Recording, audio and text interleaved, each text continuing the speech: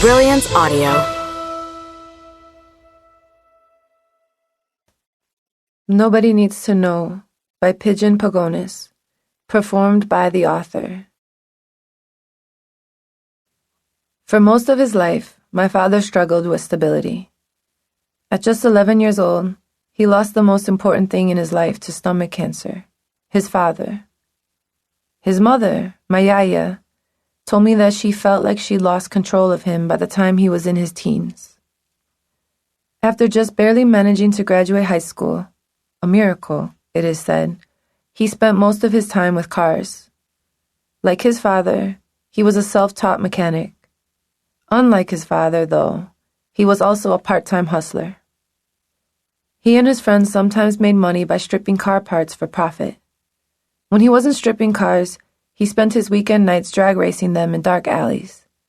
And when he wasn't doing burnouts and banging the clutch to shift gears at just the right moment, he could usually be found at a bar with his friends, their motorcycles lined up next to each other out front, drinking beer and keeping one eye on the pool table for the next sucker whose pockets they could bleed dry.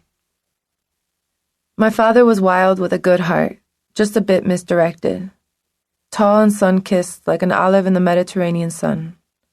My mom fell for George Pagonis and dropped out of her community college, which just so happened to be across the street from where George lived in his family home. George and Lori, my mom and dad, were soon wed at St. Nicholas, the church my mom's grandfather helped build, as the story goes, after immigrating to Chicago from Albania. Soon after that, I was conceived. Sensing her first grandchild might grow up with a father who would either die from a drag racing accident or be locked away in prison, my yaya had lunch one day with a church friend. This man, she was told, had connections. And soon after that lunch, my father had a new job with the City of Chicago's Department of Water Management. Suddenly, my dad had what most blue-collar Chicagoans dream of: a solid, steady Union City job with benefits, overtime, and a highly coveted pension. My yaya's intervention was perfectly timed because shortly thereafter, my mother discovered she was pregnant again, with my first sibling. After a year or so at his new job, my dad came home one day, stood in the middle of our Austin Avenue living room, and told us it was time to look for a new house, the kind my parents whispered about in the dark when they thought I was asleep. They settled on a quaint, twin-peaked, copper brick Cape Cod nestled on the border between Portage Park and Dunning neighborhoods of Chicago's northwest side. Even though the new house was only a 10-minute drive away, I was not happy about leaving.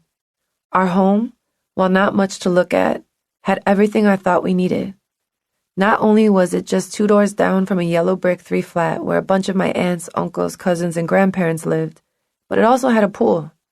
We had a freaking pool, and my parents wanted to leave it behind for the unknown. What our white-sided home lacked in beauty and size, it made up for in that pool being so close to family. But it was decided, and we were moving. I grew to love our new house, but it wasn't quite what my parents had dreamed of.